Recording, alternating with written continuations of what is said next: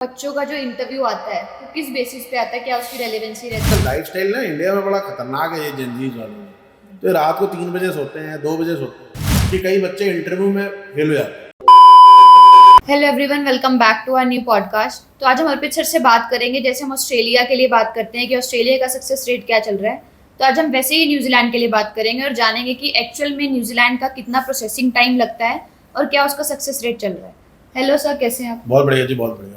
ठीक है सर, तो आजकल न्यूजीलैंड को प्रमोट किया जा रहा है पूरा खींच के। ठीक है सर। तो बच्चों का एक्चुअल में क्वेश्चन ये आ रहा है, कमेंट भी यही करते हैं कि प्रोसेसिंग टाइम कितना लगता है हाँ जी। और क्या उसका सक्सेस रेट चल रहा है न्यूजीलैंड का। देखो, इसमें हर कोर्स का मैं एग्जांपल लेता हूँ। जैसे बच्चे के डिप्लोमा के लिए भी जाते हैं, लेवल 5 लेवल 6 के लिए, ठीक है। कई बच्चे बैचलर डिग्री के लिए भी अप्लाई कर रहे हैं और मास्टर्स वाले बच्चे भी हैं, ग्रेजुएट डिप्लोमा वाले। आप सबको लगता होगा सबका जो टाइम है वो अलग अलग है, पर देखो 80% ऑफ एप्लीकेशन का टाइम सेम है, बिल्कुल ठीक है। बट रिसेंटली कुछ केसेस ऐसे भी हुए कि 25-25 दिन में मास्टर वाले बच्चों के वीजे आ गए। ठीक है। अच्छा, इंटरव्यू भी नहीं हुआ। अच्छा, ये भी आपने देखना है, मास्टर्स वाले बच्चे जो अप्लाई हुए थे, मास्टर वालों को खुली छूट दी है? नहीं, ऐसा कुछ नहीं, कुछ खुली छूट नहीं है। मास्टर्स के जो बच्चे थे उनका आउटकम 25-25 दिन में आया, विदाउट इंटरव्यू वीजे भी आ गए उनके, ठीक है। अच्छा, एफटीएस नहीं डिमांड हुआ, ठीक है। हाँ, एआईपी में सीधे था कि 1 साल की फीस भरो, वीजा आया, बच्चा ट्रेवल कर जाएगा। बट ऑन एन एवरेज जो देखा गया वो ऑलमोस्ट मैं लेके चलूंगा 45 से लेकर 60 डेज के बीच का टैट है। और 45 से 60 भी नहीं, आप 55 से 60 दिन लगा लो के बीच का टैट है। जो बच्चा डिप्लोमा है, बैचलर डिग्री है, जो भी बच्चे हैं वो 60 दिन का लेके चलेंगे टाइम पीरियड, तो अच्छा है। और इस टाइम वीज़ा सक्सेस रेट बहुत अच्छा चल रहा है। अगर मैं बात करूँ डिप्लोमा वाले बच्चों के लिए, तो ऑलमोस्ट 70% का रेशियो है कि भाई वीज़ा आपको ग्रांट होता है। 70% से थोड़ा अबव भी लेके चलो। देखो, ये मैंने कलेक्टिव इन्फॉर्मेशन निकाली, कोई डेटा नहीं है भाई। 8-10 जगह पता किया है, जैसे मैं ऑस्ट्रेलिया का पता करता हूँ वैसे मैं न्यूजीलैंड का भी, जितने भी मेरे दोस्त यार हैं, जितनी भी और कंपनीज हैं, क्योंकि मेरे मैक्सिमम जो फ्रेंड्स थे वो ऑस्ट्रेलिया प्रमोटर थे, पर उनके कुछ और दोस्त थे जो न्यूजीलैंड प्रमोटर थे, या फिर मेरे कुछ और भी जानने वाले जो न्यूजीलैंड बल्क में प्रमोट करते थे, मैंने उनसे भी कांटेक्ट किया। ऐसे ही मैंने जर्मनी वालों से भी कांटेक्ट किया, मैं उसकी वीडियो बना के बताऊंगा बच्चे को। ठीक है। तो सर, एक हमारा स्टूडेंट है जगप्रीत सिंह ठीक है, तो उसने बताया कि मैं, जैसे वो डिप्लोमा में अप्लाई हुआ है, उसके फ्रेंड ने बैचलर में अप्लाई किया है, तो उसको कॉल आई एम्बेसी से, उन्होंने डायरेक्ट ये बोला कि हम आपको अगले दिन ये एआईपी रिलीज कर देंगे 24 आवर्स में, आप फीस पे करने के लिए एलिजिबल हो। तो इसमें बच्चों को आप क्या बोलेंगे कि ना करें कि हाँ करें? हाँ करें, हाँ करें, हाँ करें, हाँ ही करना है। अगर मान लो बोले ना कि भैया आप क्या कहते हैं एआईपी आ गई है, आपको हम दे रहे हैं, आप नेक्स्ट डे फीस भर देंगे। जैसे हम टाल देते हैं ना, तो टालना तो नहीं, टालना क्यों है यार? आपने तो फीस भरनी है ना, तभी तो आपने वीजा अप्लाई कर रहा है।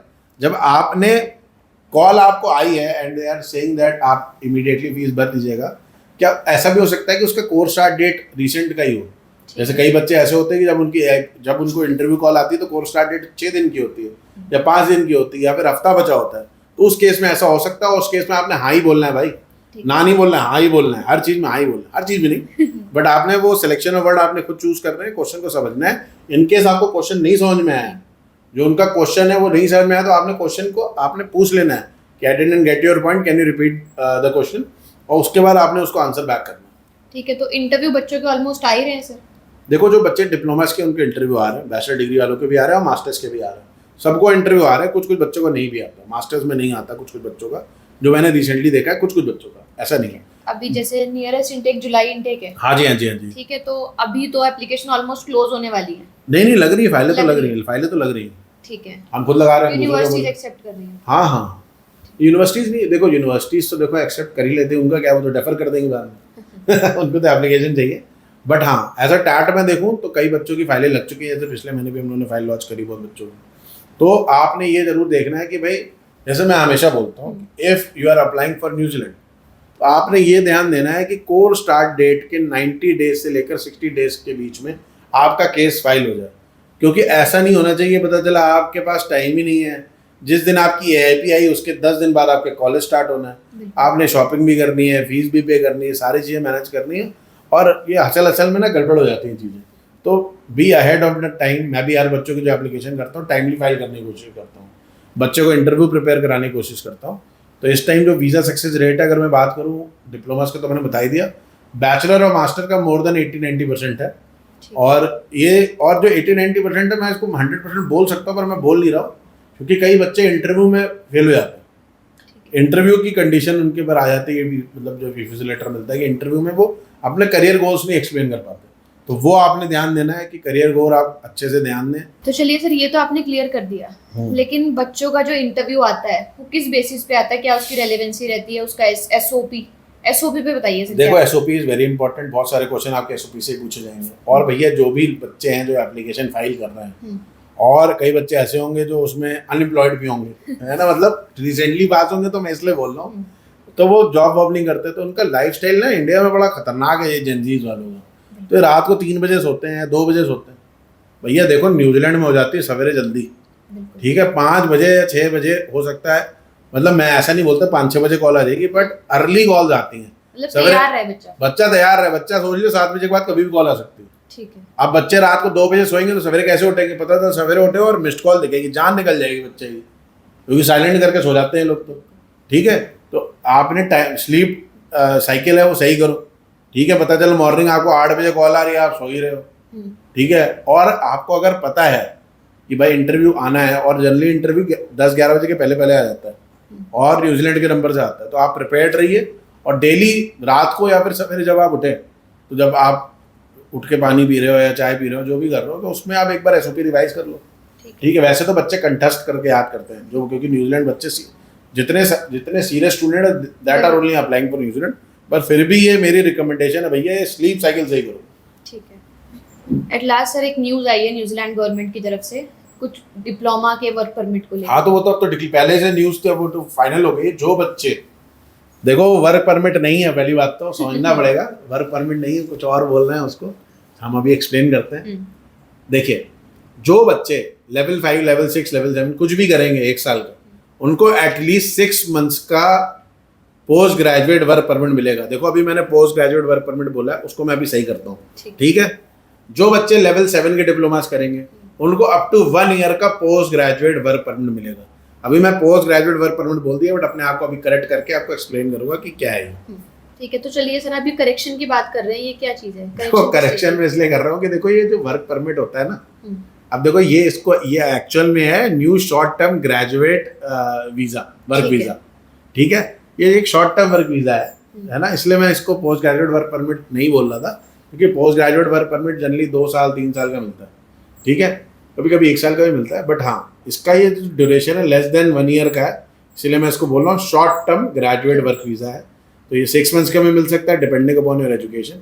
जो बच्चे लेवल 5, लेवल 6, लेवल 7 करेंगे उनको, उसके कोई भी एजुकेशन करेंगे इनमें से, तो उनको अप टू 6 मंथ्स तो मिलेगा, इररिलेवेंट ऑफ देयर एजुकेशन, मतलब वो ग्रीन लिस्ट की होगी या नहीं होगी तब भी आपको मिलेगा। अगर कोई बच्चा इसके ऊपर का करेगा, जैसे ग्रेजुएट डिप्लोमा कर ले और वो जो डिप्लोमा करे वो ग्रीन लिस्ट में ना हो, तो अप टू 1 ईयर का ये आपका short term graduate work visa मिलेगा उस बच्चे को, ठीक है। देखो मैंने तो जो टेक्निकल टर्म था वो समझा दिया और बता भी दिया कि मैंने उसको पोस्ट ग्रेजुएट बोल तो दिया था, पर उसमें करेक्शन क्या है। ठीक है सर, ये तो आपने शॉर्ट टर्म वीजा की बात करी है, बट ये इम्प्लीमेंट कब से हो रहा है, इसका फायदा क्या है? देखो 16 नवंबर 2026 से इम्प्लीमेंट हो रहा है, ठीक है। अब फायदा क्या होगा, देखो आप शॉर्ट टर्म कोर्स के लिए गए पर आपके पास स्किल है, ठीक है, तो आपने एक्रेडिटेड एम्प्लॉयर से आपने जॉब लेनी है, और ये वर्क वीज़ा है इसको ट्रांजिशन करके आप एक्चुअल जो वर्क वीज़ा होता है वो ले सकते हो, उसमें आपका जो एक्रेडिटेड एम्प्लॉयर है वो आपको हेल्प कर सकता है। तो जो लोग शॉर्ट टर्म वीज़ा के लिए जा रहे हैं वो भी जॉब ढूंढ सकते हैं उस ड्यूरेशन में, और उनको अगर जॉब मिल जाती है तो अपना later on work visa file कर सकते हैं। तो जो भी टैलेंटेड लोग हैं जिनके पास ऐसी स्किल्स हैं, ठीक है, जिनके पास ऐसी स्किल्स है जिसकी वहाँ पे रिक्वायरमेंट है, तो उसका ये अच्छा फ्रूटफुल रिजल्ट ले सकते हैं, ठीक है। पर मैं सबको ये रिकमेंड नहीं करूँगा, जो लोग इंडिया में स्किल्ड हैं या फिर किसी और कंट्री में स्किल्ड है और वो बहुत डीप नॉलेज रखते हैं, जो अपनी स्किल्स हैं उसके बाद जो भी है उनकी, तो वो इस वर्क वीज़ा का फ़ायदा बहुत अच्छे से उठा सकते हैं, ठीक है। फ़ायदा उठाना मतलब यूज़ करना, इसको यूटिलाइज करना, फ़ायदा उठाना नहीं। मतलब लोग कह देंगे आप उल्टी सीधी बातें कर रहे हो, उल्टी सीधी नहीं, फ़ायदा उठा सकते हो आप, यूज़ कर सकते हो उसको अच्छे तरह से, बेनिफिट्स ले सकते हो। हाँ, बेनिफिट अवेल कर सकते हो शॉर्ट टर्म कोर्सेज के साथ, शॉर्ट टर्म वर्क वीज़ा के साथ। तो सर जो भी स्टूडेंट अभी जुलाई इनटेक के लिए न्यूजीलैंड के लिए अप्लाई करना चाहते हैं तो वो कैसे कांटेक्ट करें आपसे? वो मुझे कांटेक्ट करें, मेरे से सेशन बुक करें 15 मिनट्स का, I will explain each and everything. अभी जो मैडम बोल रही हैं तो ये भी काउंसलिंग करती हैं बच्चों की 15 मिनट की, तो बच्चे ऑनलाइन सेशन बुक कर सकते हैं, ऑनलाइन भी काम करा सकते हैं। Those who want to visit our office they can visit our office, otherwise बच्चे ऑनलाइन काम कराए। हमारी कोई प्रोसेसिंग फीस नहीं, कोई एडवांस फीस नहीं, कोई रजिस्ट्रेशन चार्जेस नहीं है, ना कोई फाइलिंग चार्जेस लेते हैं हम लोग। तो बच्चा एकदम बेफिक्र होकर अप्लाई कर सकता है। और जिन बच्चों को डाउट है ना कि भाई हम कोर्स कौन सा लें, वो भी हम पूरा डिफाइन करते हैं और हर इन्फॉर्मेशन बच्चे की ईमेल आईडी पे जाती है, तो बच्चा टेंशन फ्री रहे। देखो डाउट वहाँ क्रिएट होता है जब पैसे आपको देने पड़े, जब हमें आपने कोई रजिस्ट्रेशन फीस देनी नहीं, तो टेंशन फ्री होकर अप्लाई करो। और हमारे पेज पे जो हमने न्यूजीलैंड के रिगार्डिंग वीडियो डाल रखी है ना, एक बार आप डीपली सर्च करोगे तो आपको पता चलेगा कि हमने किस किस तरीके से इन्फॉर्मेशन शेयर कर रखी है, इजी टू अंडरस्टैंड करने के लिए भी। और कितने सारे मास्टर वाले बच्चे हमसे कॉन्टैक्ट डेली करते हैं और अपना वीज़ा फाइल कर रहे हैं। ठीक है, thank you so much sir for sharing the real insights New Zealand study visa के लिए। तो अगर आप भी न्यूजीलैंड के लिए प्लान कर रहे हैं तो जल्दी से जल्दी हमारी टीम को कॉन्टैक्ट करें और अपनी एप्लीकेशन शॉर्टलिस्ट करवाएं। हाँ, धन्यवाद।